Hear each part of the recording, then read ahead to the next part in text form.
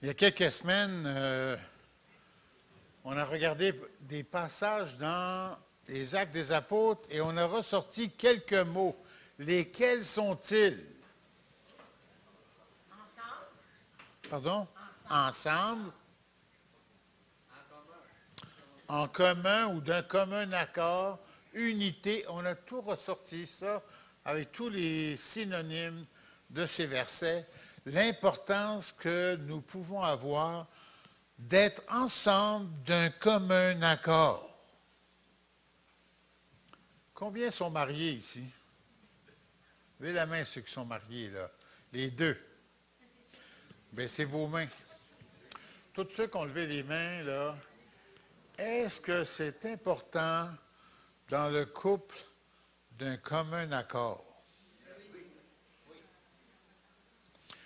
Est-ce que ça arrive, et vous n'avez pas besoin de répondre, les chicanes parce qu'on n'est pas d'un commun accord? Hein? L'importance d'être ensemble.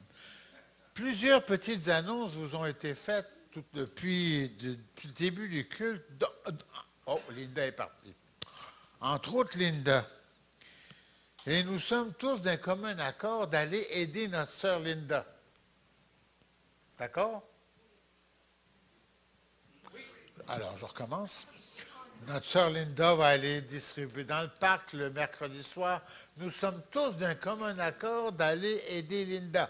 Oui. Bon, merci, j'ai bien entendu André. Vu qu'on dîne ici, n'oubliez pas d'aller donner votre nom pour fêter la Saint-Jean en distribuant pour les enfants. Vous savez, ce matin, ma femme et moi, nous sommes très heureux d'être avec vous, mais on est un petit peu triste. Parce que ce matin, à l'église de Rosemont, 2 de nos petits-enfants se font baptiser ce matin. Juste vous partager le verset qu'on lit dans Actes chapitre 2, 41, ou plutôt, attendez, pas 41, verset 38, hein. Pierre leur dit, repentez-vous, que chacun de vous soit baptisé au nom du Père, du Fils et du Saint-Esprit, et vous recevrez le don du Saint-Esprit, car la promesse est pour vous, pour vos enfants et pour tous ceux qui sont au loin, en aussi grand nombre que le Seigneur, notre Dieu, les appellera. On fait dans la joie quand même. Hein? Oui, nous sommes dans la joie. Dans la famille, c'est la 4e génération. Même si nous vivons des difficultés, la famille, ce n'est pas toujours d'un commun accord. Mais je loue le Seigneur pour le baptême de Philippe et Jeanne ce matin. Nous sommes arrivés païens au Canada, perdus, condamnés à l'éternité en enfer. Et le Seigneur a répandu sa grâce dans la famille. Et 4e génération. Alors, ce n'est pas le thème du message ce matin, là, mais c'est juste... Il y a des joies de voir nos enfants, nos petits-enfants. Hey, on est rendu avec une arrière-petite-fille maintenant. Il y a une émission que ma femme et moi nous écoutons, qu'on a découvert récemment là, sur YouTube. Ça s'appelle The Repair Shop. Oui, tu vas mieux respirer comme ça. Fait chaud, hein? The Repair Shop, c'est une émission anglophone, ça se passe en Angleterre, tout ça, au Royaume-Uni. Et il y a des gens qui viennent faire réparer des choses, et ils y tiennent à ces choses-là. Et beaucoup apportent ce qu'ils appellent des Lucky Charms, des porte-bonheur, des pattes de lapin. Ça m'a porté bonheur. Ça a porté bonheur à mon père, à mon grand-père, à mon arrière-grand-père. Frères et sœurs, il n'y a pas de porte-bonheur.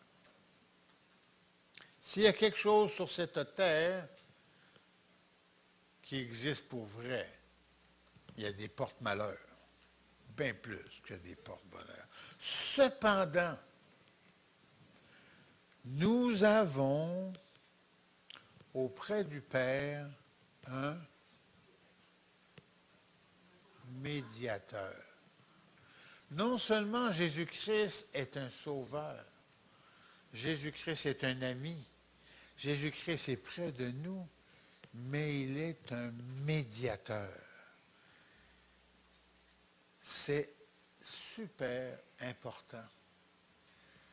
Toutes nos requêtes, toutes nos souffrances, toutes nos douleurs, toutes nos larmes, tous nos pleurs, toutes nos supplications, et il va les porter auprès du Père. Frères et sœurs, nous sommes entendus, nous sommes écoutés. Le Créateur de l'univers, le Roi des rois, prend soin de toi, prend soin de moi.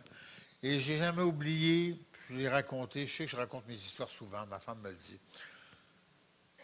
Mais on avait un jeune homme à l'église qui a mis une petite jeune fille enceinte, puis il ne voulait pas la marier, etc. Puis elle ne connaissait pas le Seigneur. Puis quand j'ai parlé à cette jeune fille-là, ils étaient chez nous, tous les deux, tous les trois, elle est enceinte. Je lui ai dit, Mélissa, le Seigneur a un plan pour toi.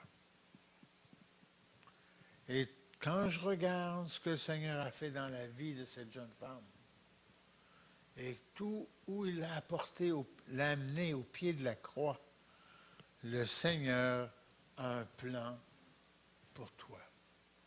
Ce matin, si c'est la première fois que tu es ici, le Seigneur a un plan pour toi. Si ça fait 30 ans que tu viens ici, le Seigneur a un plan pour toi. Quand ça va mal, même dans ma vie, le Seigneur a un plan pour moi. Plan de paix, plan d'amour et une place. Je ne sais pas qui a parlé de nom tout à l'heure. Je pense que c'est André, hein? Les noms sont importants. Mon nom, c'est Dominique. Mon prénom, Dominique. Ma place au ciel, c'est Dominique. C'est pas ta place, c'est ma place. Ta place, c'est ton nom. Si tu connais Jésus-Christ comme ton sauveur, tu as une place. Et ma femme et moi, on commence à vieillir, on est rendu arrière-grands-parents. Et plus on avance dans le temps, moins... non, je vais dire autrement. Plus la terre est basse et plus les marches sont hautes. Plus c'est difficile à se coucher, plus c'est difficile à se lever. Richard, on a été donner un coup de main à leur petite fille, puis se mettre à genoux, là, ça prend un appui. Se lever, ça prend un appui. Nous nous rapprochons du ciel. Michel, nous nous rapprochons du ciel. Tout va être terminé. Tu n'étais même pas dans le message, ça, pour ça. Nous avons un médiateur. Ça, c'est dans 1 Timothée. Si vous écrivez, comme je vois ma soeur qui écrit, là, notez les références parce que on ne les fouillera pas toutes. On va en regarder plusieurs ce matin. 1 Timothée chapitre 2, versets 1 à 8 nous dit, dans la prière, Jésus est notre médiateur ou notre avocat. Il nous défend. C'est un bon avocat. Et il nous charge, il a tout payé. Non seulement c'est un bon avocat, mais c'est lui qui paye en plus. C'est des moments, en ce moment, nous vivons des moments importants pour l'Église Renaissance. Nous avons des choix à faire Et nous voulons faire le bon choix.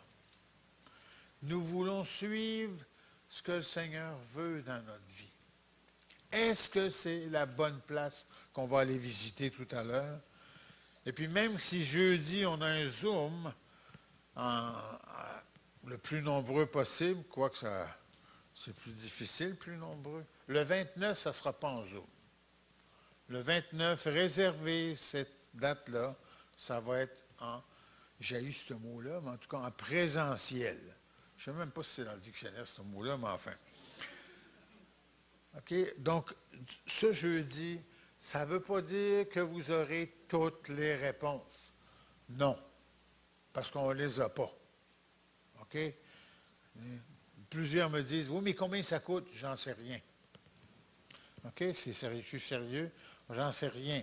La seule chose que nous savons, c'est dans nos moyens.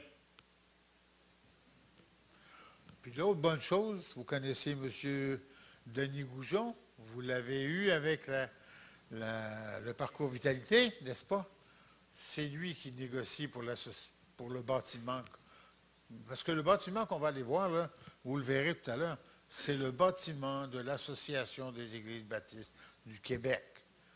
Okay? Et de Sembec, tout le kit. C'est lui qui négocie ça. Bon. Donc, on est en face d'une décision importante à prendre. Est-ce que c'est la bonne place pour nous? Hein? Est-ce que c'est le déménagement? Parce qu'on part de Rivière-des-Prairies, on s'en va un petit peu plus au sud, à peu près au même niveau, mais plus au sud, Sherbrooke. Est-ce que c'est le bon temps? C'est la bonne chose? Hein? On prie, on cherche sa volonté, on cherche sa direction, on cherche sa décision, pas la nôtre, la sienne. OK? Est-ce que c'est le Seigneur qui nous dit, « Hey, je vous le montre, là, c'est la bonne place. » Est-ce que c'est lui qui nous dit ça? Est-ce que c'est lui qui nous dit, « Voici ce que vous avez besoin? »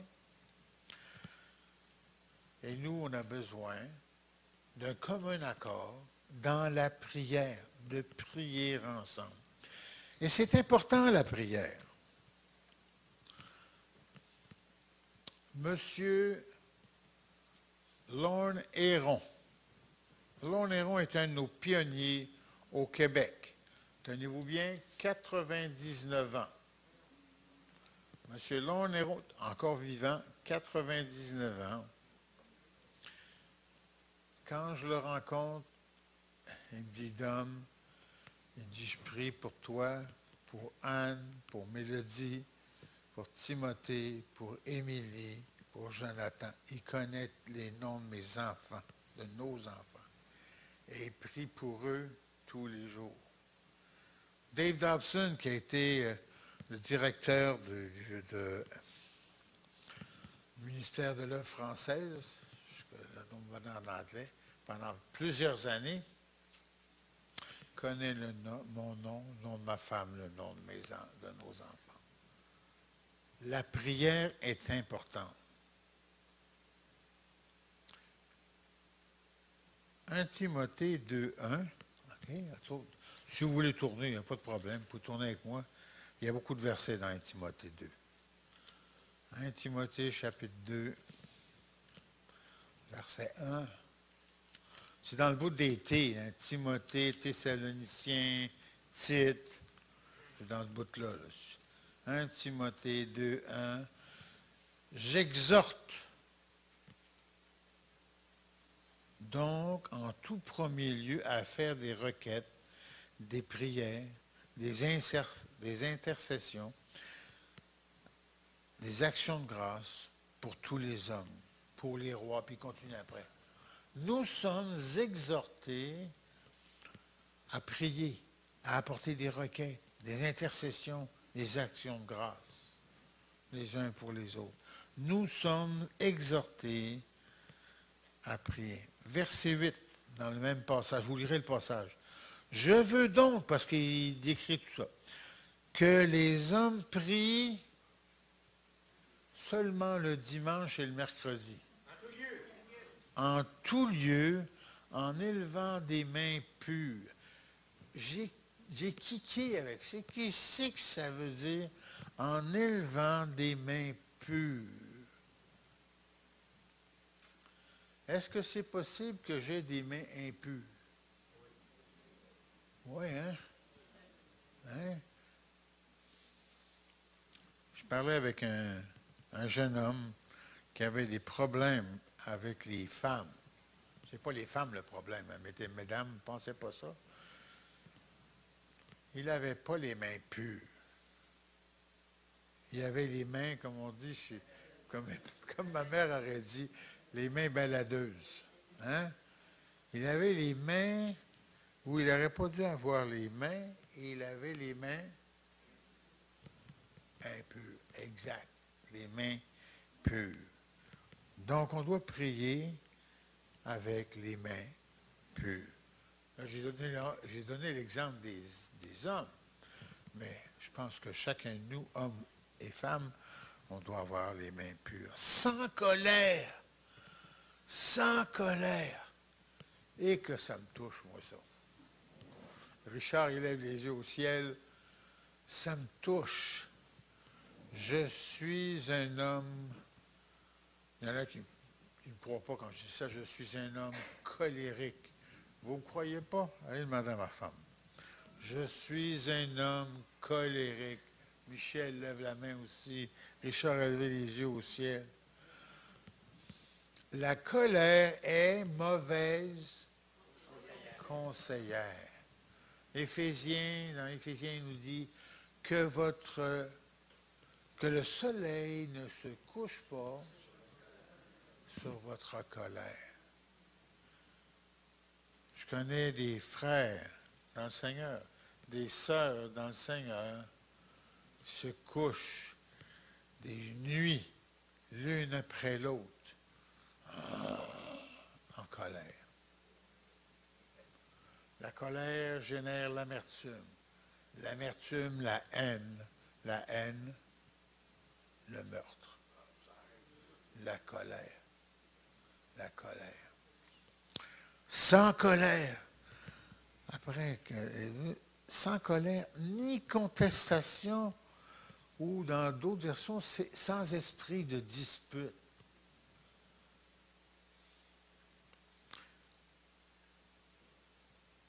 Ça nous touche beaucoup, ça nous... Hein?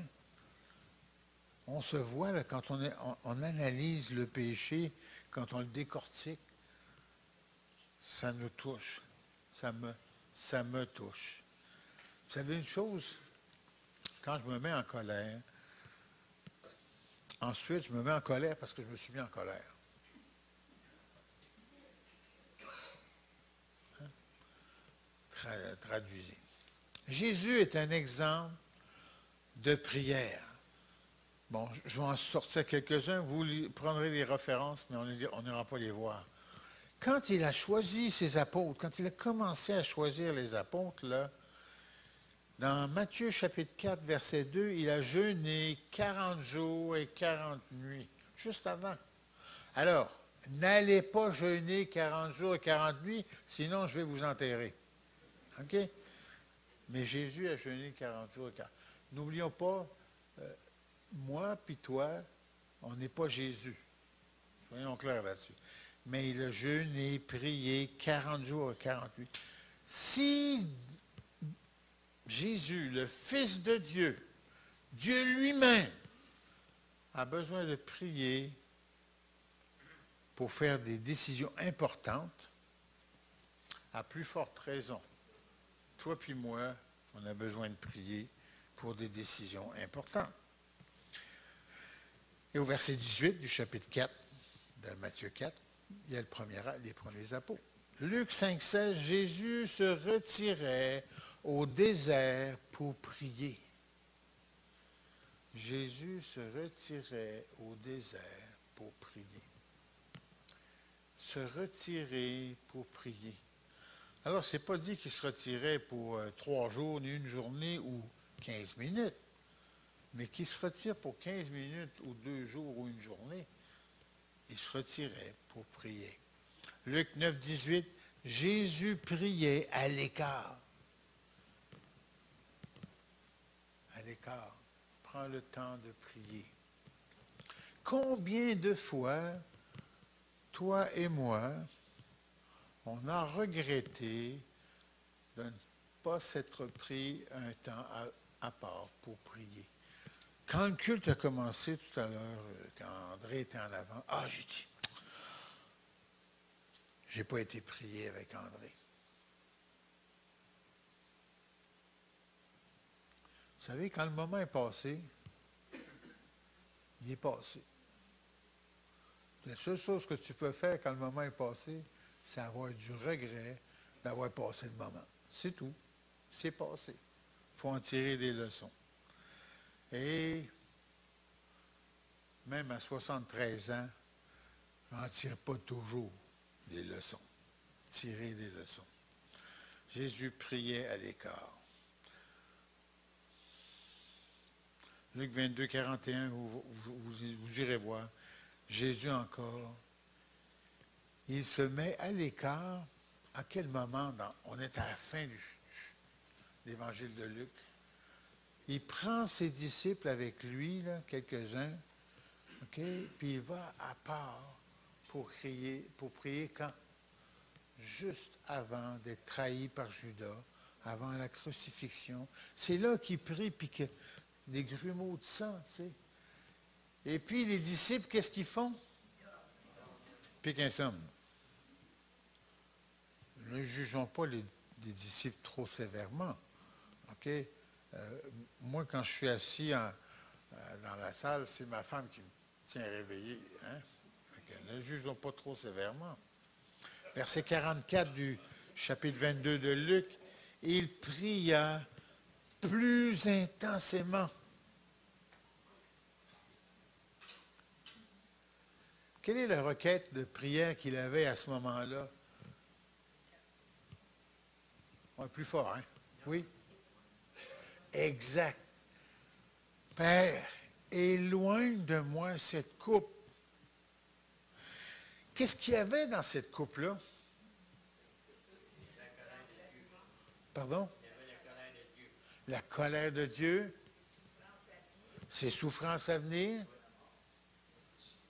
Il manque quelque chose. Plus fort. Séparation d'avec Dieu. Oups, j'ai entendu pécheurs. Nos péchés. J'ai pas de barre de chocolat, je t'en aurais donné une.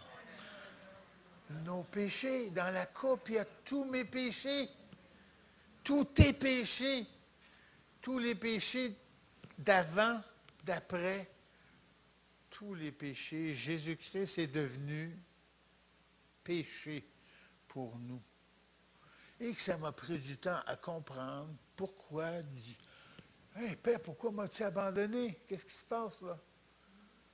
Hein? Lui qui se disait qu'il était un avec le Père. Hey, t'es où? À cause de mon péché, à cause de ton péché, de notre péché, Dieu ne pouvait voir le péché.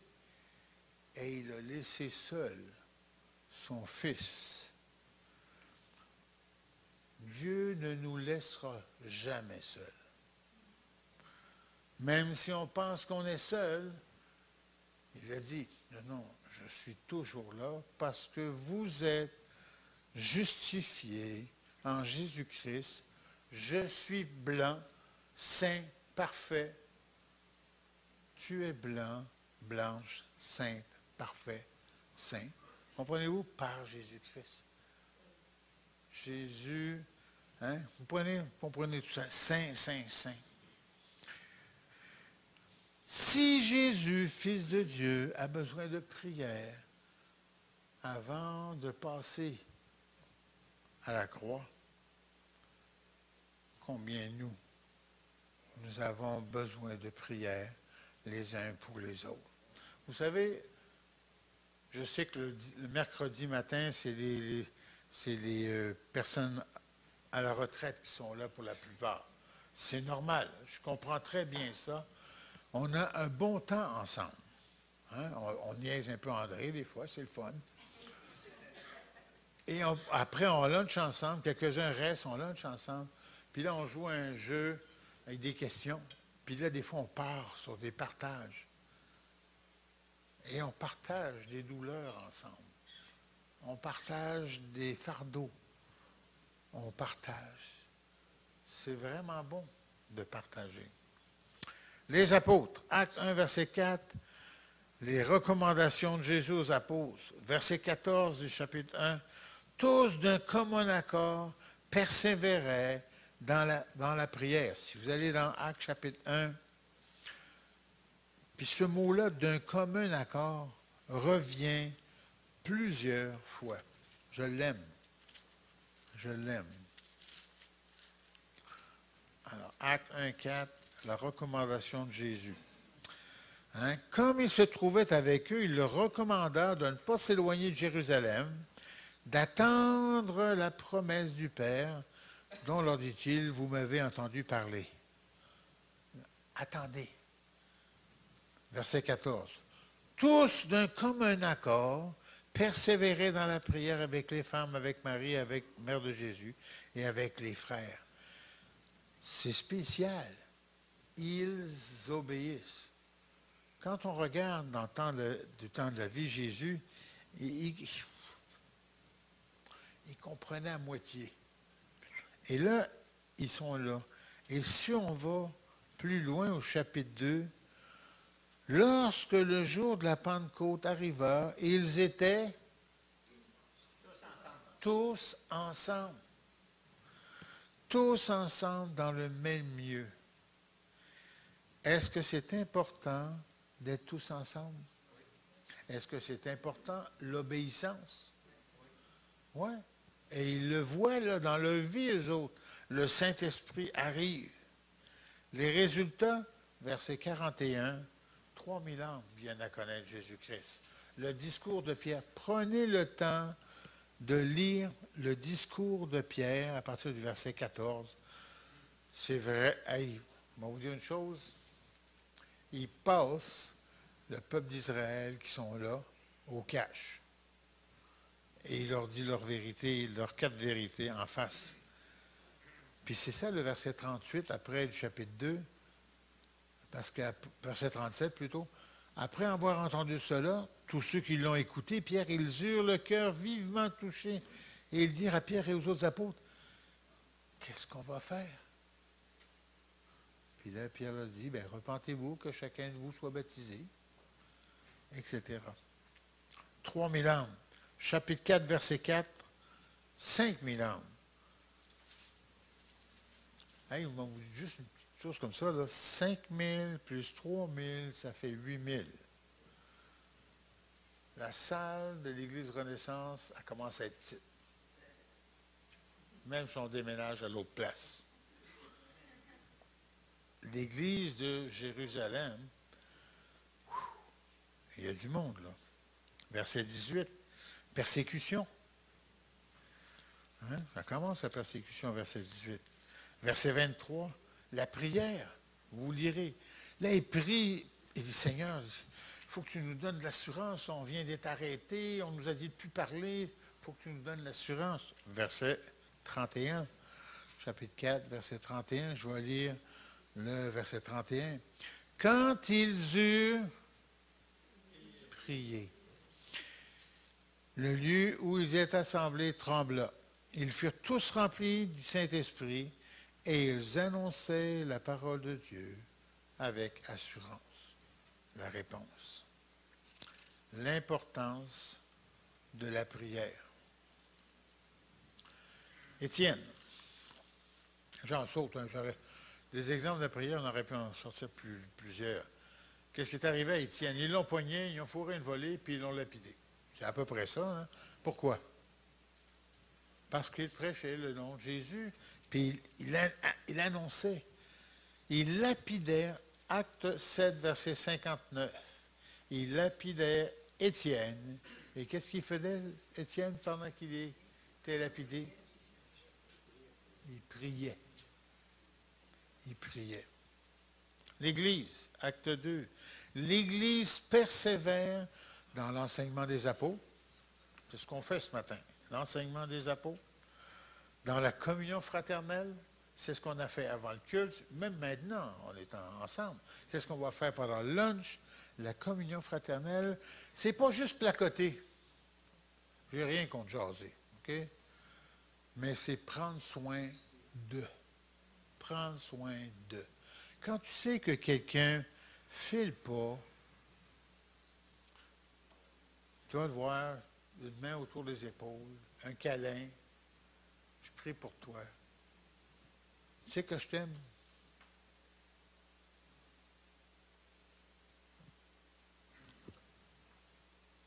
Prendre soin d'eux. La communion fraternelle, la fraction du pain et persévérer dans la prière. La prière. L'Église Renaissance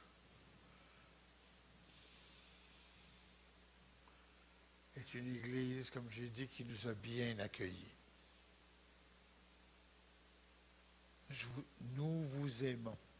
N'est-ce pas, chérie? D'un commun accord. Nous vous aimons. Vous nous aimez. Nous sommes aimés. Nous sommes aimés les uns les autres. Mais en ce moment, on a besoin d'une direction. On a besoin d'une conviction. Ça, vous pouvez l'écrire. On a besoin d'un commun accord. Ensemble. On a besoin, Seigneur, montre-nous. On a besoin, Seigneur, est-ce que c'est notre place? Seigneur, est-ce qu'on doit être obéissant? Est-ce que c'est toi qui nous as réservé cette place-là? C'est pour ça que ça n'a pas marché à Marco Polo, c'est ça, merci. Est-ce que c'est là que tu veux qu'on aille? Vous savez, il y a toujours des pour, puis des contre, puis des je ne sais pas. Mais là, on cherche. On va prier maintenant. On va avoir un micro parce que j'ai demandé à 4 personnes de nous conduire dans la prière. J'ai demandé à Catherine, j'ai demandé à Georges Lubin, à Léon et à Martial. Vous les connaissez tous. J'allais dire c'est des vieux, mais ils n'aimeront pas ça. Mais la raison du micro, puis notre frère René va bien s'assurer qu'il mette bien le micro comme il faut, c'est pour qu'on les entende comme il faut, pour qu'on puisse dire Amen. Bien important. Catherine, c'est à toi. Prions après Georges, après Léon et après Martial. Prions.